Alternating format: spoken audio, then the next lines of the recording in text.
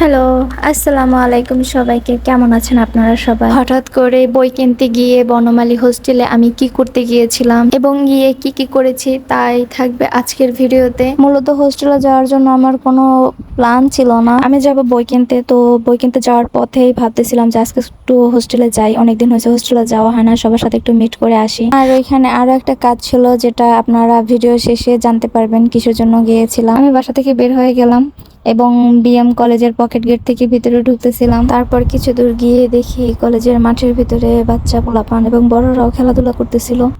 আর এই হচ্ছে বিএম কলেজের মসজিদ গেট, যার এক পাশে হচ্ছে মসজিদ আর অপর পাশে হচ্ছে প্রশাসনিক ভবন। ফুল গাছগুলোর এইখানে এমন কোনো মানুষ নাই যে ছবি নেই। ভাই আমি জীবনে এখানে একটা ছবিও তুলি নাই। দেখি দুইজন আপু আসছে এখানে ছবি তুলতে শাড়ি পরে। আমারও খুব ইচ্ছে করতেছিল, যাই হোক কোনো এক সময় তুলবো ছবি বা কোনো একদিন। তো আমি রাস্তা পার হয়ে ওপার গেলাম বই কেনার জন্য।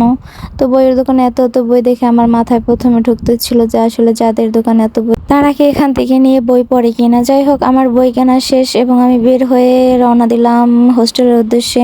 এখানে কৃষ্ণচূড়া গাছটা জাস্ট ওয়া ওয়া লাগতেছিল।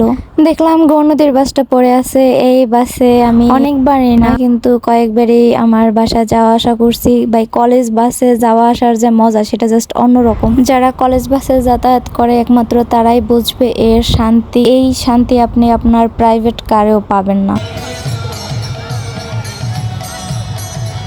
বনমালী হোস্টেলের আগে অর্থাৎ নতুন বাজারের আগে একটা হিন্দুদের মন্দির বাজে। তো এইখানে আর কি যেন একটা পুজো হতো। তারপর আমি হোস্টেলের গেট দিয়ে ভিতরে ঢুকে যাই এবং খালার সাথে দেখা, যেহেতু এতদিন পরে আসছি সে একটু আর কি কথা বলতেছিল যে আমি কবে আসছি বা আমি এখনো থাকি কিনা হোস্টেলে, এইসব আর কি। তার সাথে কথা বলা শেষ করে আমি ভিতরে গেলাম। গেট থেকে ঢোকার পরে এই হচ্ছে বনমালী হোস্টেলের ভিউ। ভিতরে ঢুকে দেখি অনেকগুলা গাছ মরে গেছে। বনমালী নিয়ে এর আগেই বড় একটা ভিডিও আমার দেওয়া আছে। এখানে সিনিয়র আপুরা অনেক গাছ টাছ লাগায় আর কি। তো এই গাছটার নাম আমি জানি না, কিন্তু গাছটা ভালোই লাগছে।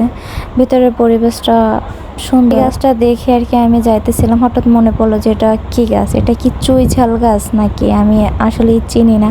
আপনারা যদি কেউ চিনে থাকেন তাহলে কমেন্টে বলে যেন এটা কি গাছ। এই নতুন বিল্ডিং এ আমার সিট, কিন্তু আমার থাকা হয় না, আমি বাইরেই থাকি। কারণ হোস্টেলের খাবার খেয়ে আমি আসলে সহ্য করতে পারি না, আমি অসুস্থ হয়ে পড়ি, তাই আর কি বাইরে থাকা হয়। কিন্তু সিট আমার এখনো নতুন বিল্ডিং এ আছে। তো এখন বলি হোস্টেলে আমার আসার মেন উদ্দেশ্য হচ্ছে এই গাছগুলা।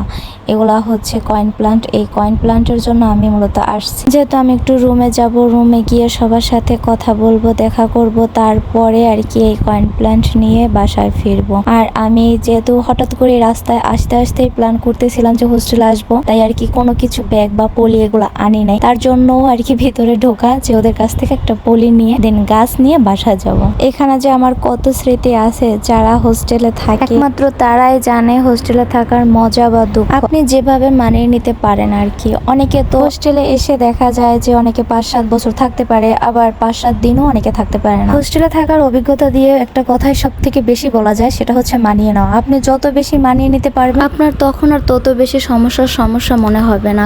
আর খাবারের সমস্যা ভাই একটু বেশি সমস্যা। তারপরও যারা এটা মানিয়ে নিতে পারে তারা তো এই 7-8 বছর থাকতেই পারে। তারপর আমি রুমমেটদের কাছ থেকে একটা পলি নিয়ে এই গাছগুলো আর কি উঠাইতেছিলাম। এটা হচ্ছে কয়েন প্ল্যান্ট। এর আগে একবার নিয়েছিলাম, কিন্তু ওই সময় আমার পরীক্ষা থাকার জন্য আমি ভালোভাবে যত্ন নিতে পারি নাই, তাই মারা গেছে। তো এর জন্য আবার একবার ট্রাই করতেছি যে দেখি এবার বাঁচাতে পারি কিনা। যতটুকু পারলাম নিয়ে নিলাম। তারপর হোস্টেলের পুকুর থেকে হাতটা ধুয়ে নিলাম, তারপর রওনা দিয়ে বাসা চলে গেলাম। আজকের ভিডিও এ পর্যন্ত। আল্লাহ হাফেজ সবাইকে, টাটা।